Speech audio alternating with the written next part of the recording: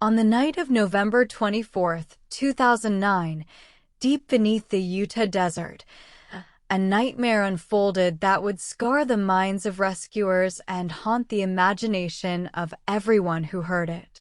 John Edward Jones, a 26-year-old medical student, was no stranger to adventure. He had gone caving before, and this time, he wanted to share the experience with friends and family. It was meant to be fun, a Thanksgiving break thrill. The Nutty Putty Cave, a twisting labyrinth of limestone passages, was famous for its narrow, stomach-turning crawl spaces. Adventurers said it was like swimming through stone. But what began as a playful exploration quickly descended into horror. The wrong passage. John and a group of companions ventured into the cave, laughing and navigating the tight corridors. At some point, John decided to explore a side passage he believed led to the popular Birth Canal tunnel, a tight squeeze that was challenging but manageable. But in the suffocating dark, with only the weak glow of his headlamp, John had made a terrible mistake. He was not in the birth canal. He had entered a section few ever dared to explore, a nightmare called Ed's Push, the deadly trap. This passage narrowed more and more until John was crawling at a sharp downward angle. The rock walls scraped against his shoulders. His chest compressed with every inch forward. But he was determined to push through. Then came the drop. John slid headfirst into a vertical crevice, his body at a terrifying 110-degree angle upside down, with his arms pinned at his sides.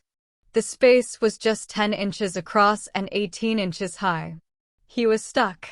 And in caves, being stuck upside down isn't just uncomfortable, it's deadly. The fight to save him. When his friends realized he was trapped, they tried desperately to pull him free. But every movement wedged him in tighter. Soon, his blood began rushing to his head. In that position, organs start to swell, blood vessels burst, and breathing becomes a fight for survival. By the time professional rescuers arrived, John had been upside down for hours.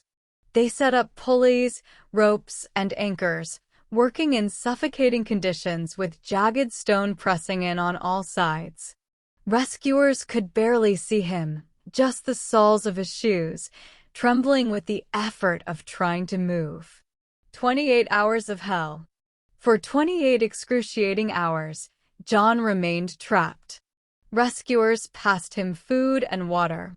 They spoke to him gently, keeping him awake, fighting to keep panic at bay.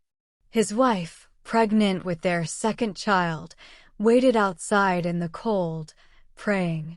But as time dragged on, his breathing became ragged. His heartbeat slowed. His body was shutting down. The pressure of being inverted so long caused his heart to strain, his brain to swell, and his lungs to compress. A final rescue attempt failed when a pulley system broke, sending rescuers tumbling in the cramped darkness. At that moment, they knew there would be no way to free him alive. Please subscribe to the channel. Entombed Forever. Shortly after midnight, John Edward Jones lost consciousness. Moments later, his heart stopped. He died upside down, alone in the cold stone. Rescuers faced another grim reality. Removing his body was too dangerous. The cave itself became his tomb. Authorities filled the passage with concrete, sealing him inside forever. Today, the Nutty Putty Cave is permanently closed.